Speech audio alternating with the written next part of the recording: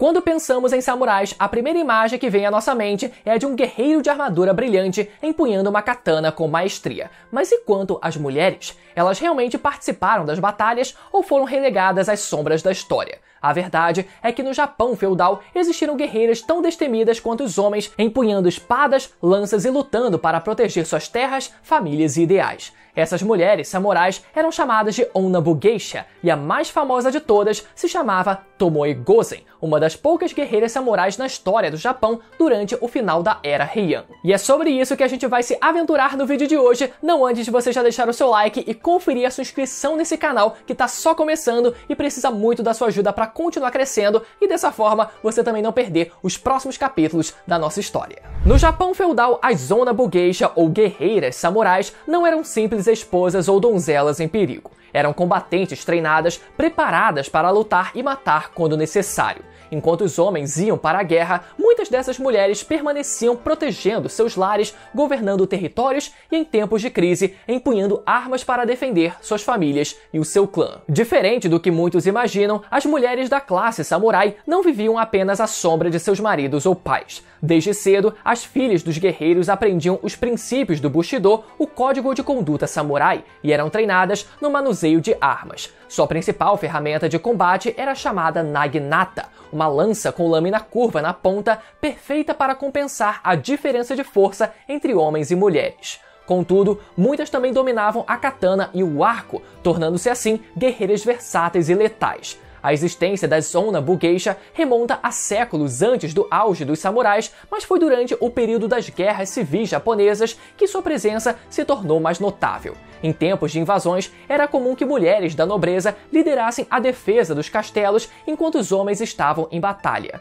Suas habilidades iam além do combate. Muitas atuavam como estrategistas e comandantes, organizando tropas e garantindo a sobrevivência de suas comunidades. A imagem da mulher samurai como uma figura passiva não poderia estar mais longe da realidade. Elas eram temidas no campo de batalha, respeitadas por suas habilidades e, em muitos casos, lembradas por sua bravura, mesmo séculos depois. Seu papel na história, no entanto, foi sendo apagado com o tempo à medida que a sociedade japonesa se tornava mais rígida e limitava o papel feminino a funções domésticas. Porém, a memória dessas guerreiras ainda resiste. Suas histórias sobreviveram através de registros históricos, contos populares e até na cultura moderna. As Onabu Geisha provaram que a espada e o espírito combativo não eram exclusividade dos homens. Elas desafiaram as expectativas de sua época e escreveram seu nome na história do Japão feudal com sangue, coragem e aço. Tomoe Gozen, a guerreira indomável do Japão feudal.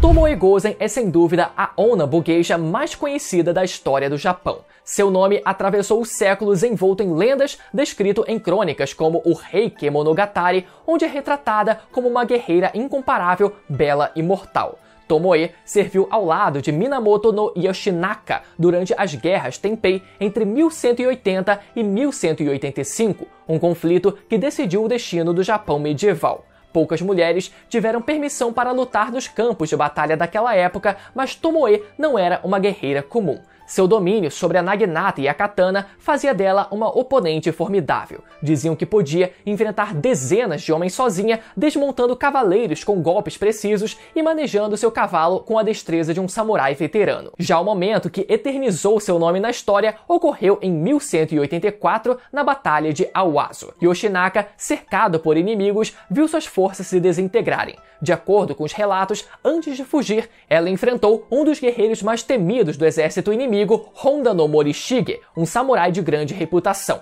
Sem hesitar, Tomoe avançou, derrubando-o de seu cavalo e o decapitou com um único golpe, provando que sua fama não era um exagero. Porém, seu destino após essa batalha permanece envolto em mistério. Algumas versões sugerem que, ao ver Yoshinaka prestes a ser derrotado, ele ordenou que Tomoe fugisse para preservar a sua vida. Outras afirmam que ela foi capturada e forçada a tornar-se uma monja, passando o resto de seus dias em reclusão. Há também quem diga que continuou a lutar, desaparecendo nas sombras da história como uma verdadeira guerreira. Independentemente do que aconteceu com Tomoe depois de Awazu, sua lenda sobreviveu. Seu nome tornou-se sinônimo de coragem, habilidade e lealdade inabaláveis. Mesmo em uma sociedade que restringia a participação feminina na guerra, ela provou que uma mulher podia lutar e deixar sua marca no campo de batalha. Mesmo séculos depois, sua história ressurge em peças de teatro, livros e animes, mantendo viva a imagem da samurai que desafiou as convenções e lutou como igual entre os homens. A lança naginata e as técnicas de combate femininas.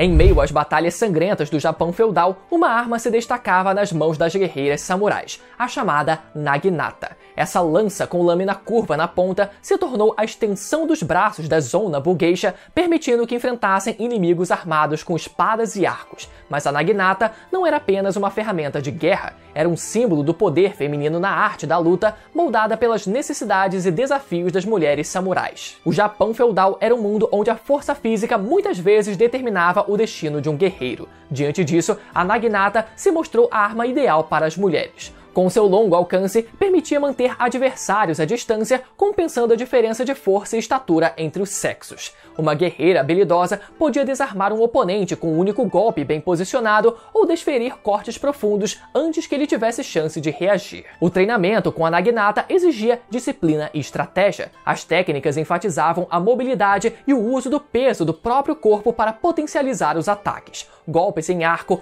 cortes descendentes e investidas giratórias tornavam essa arma imprevisível e mortal. Muitas guerreiras também aprendiam a utilizar a força do inimigo contra ele, desviando ataques e revidando com precisão letal. Mas apesar da importância da naginata, as Zona Bugeisha não se limitavam a essa arma. Muitas treinavam com katanas, adagas e arcos, garantindo que estivessem preparadas para qualquer situação.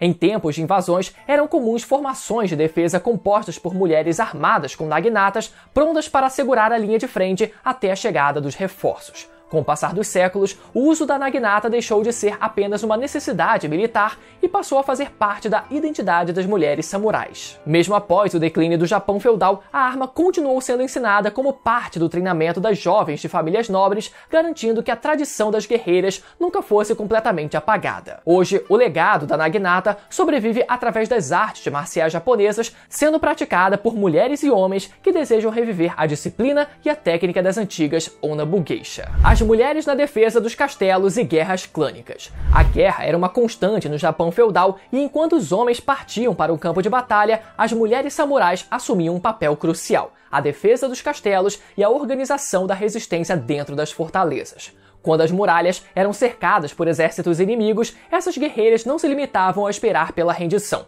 Armadas com naginatas, katanas e arcos, lutavam ferozmente para proteger as suas terras, famílias e honra. Os castelos japoneses não eram apenas palácios, eram fortalezas projetadas para resistir a longos cercos. Quando a guerra atingiu seu auge, as mulheres nobres, muitas delas treinadas desde a infância, assumiam a liderança na defesa, organizando combatentes, distribuindo suprimentos e até mesmo participando diretamente do combate. Essas guerreiras garantiam que as fortalezas não caíssem facilmente. Em algumas ocasiões, resistiram por meses, desafiando a fome, o cansaço e a brutalidade dos ataques. Um dos exemplos mais marcantes foi a defesa do castelo de Hizen Nagoya, em 1586, onde um grupo de mulheres guerreiras impediu a invasão de forças inimigas. Armadas com arcos e naginatas, lutaram lado a lado com os homens, derrubando soldados inimigos das muralhas e frustrando tentativas de invasão. E essa não foi uma batalha isolada. Relatos semelhantes existem em diversas regiões do Japão, mostrando que a participação feminina na guerra era mais comum do que se imagina. Entretanto, a guerra não era sempre favorável às mulheres samurais. Quando um castelo caía e a derrota era inevitável, muitas guerreiras preferiam a morte à rendição. O suicídio ritual, ou seppuku, não era exclusivo dos homens. Mulheres samurais praticavam o chamado jigai, um ato brutal em que cortavam a própria garganta com uma lâmina curta. Para elas, era preferível morrer com honra a se tornarem prisioneiras ou escravas do inimigo. O declínio da Zona Bugeisha e seu impacto na cultura japonesa. Com o passar dos séculos, as guerras incessantes que moldaram o Japão feudal deram lugar a uma nova era de estabilidade. Com a ascensão do shogunato Tokugawa no início do século XVII, o país entrou em um longo período de paz relativa, onde a estrutura militar foi reformulada e os combates entre os clãs tornaram-se cada vez mais raros. Esse novo cenário transformou o papel da classe samurai e, consequentemente, das mulheres guerreiras. As Zona Bugeisha, que antes empunhavam espadas para defender suas famílias e castelos, passaram a ser vistas de uma forma diferente dentro da sociedade. O código de conduta samurai, o chamado do Bushido sempre enfatizou a lealdade e o dever, mas com a pacificação do Japão, a visão sobre o papel das mulheres mudou. Elas ainda eram treinadas em artes marciais, especialmente no uso da naginata, mas esse aprendizado tornou-se mais uma tradição do que uma necessidade real de combate. Em vez de guerreiras no campo de batalha, as mulheres da nobreza passaram a ser idealizadas como guardiãs do lar, responsáveis por manter a disciplina e os valores da família samurai. O casamento e a maternidade tornaram-se prioridades e sua função como combatentes foi lentamente apagada da narrativa oficial da história japonesa. Apesar disso, o espírito da zona bugeisha nunca desapareceu completamente. Durante a Revolução Meiji, no final do século XIX, quando o Japão passou por transformações drásticas, algumas mulheres ainda pegaram em armas para lutar. Um dos exemplos mais notáveis foi a Batalha de Aizu, em 1868, onde um grupo de mulheres guerreiras conhecidas como Joshitai enfrentou as forças imperiais na tentativa de defender o seu domínio. Mesmo superadas em número e armamento, elas demonstraram o mesmo espírito combativo de suas ancestrais. O declínio das guerreiras samurais não significou o fim de sua influência. Na cultura popular, as zona bugeisha continuaram a inspirar histórias, livros e filmes. A imagem da mulher samurai, embora romantizada, sobreviveu ao tempo, ressurgindo na literatura, no teatro kabuki e, mais recentemente, nos animes e mangás. Personagens inspiradas em Tomoe Gozen e outras guerreiras aparecem em diversas obras, reacendendo o fascínio por essas figuras históricas. Hoje, o legado dessas mulheres se mantém vivo através das artes marciais. O Naginata Jutsu, por exemplo, ainda é praticado no Japão, sendo uma disciplina popular entre mulheres que desejam se conectar com a tradição samurai. Além disso, historiadores e estudiosos continuam a redescobrir e divulgar os feitos da zona bugeisha, garantindo que seu papel na história do Japão jamais seja esquecido. E assim chegamos ao fim de mais um vídeo aqui do canal. E aí, gostaram do vídeo? Então lembra mais uma vez de deixar o seu like e conferir a sua inscrição nesse canal para mais vídeos como esse. E falando em vídeos como esse, caso você queira saber sobre os maiores mitos sobre os samurais japoneses, eu recomendo você assistir a esse vídeo que vai aparecer agora na tela para você, beleza? Vejo vocês no próximo capítulo dessa história.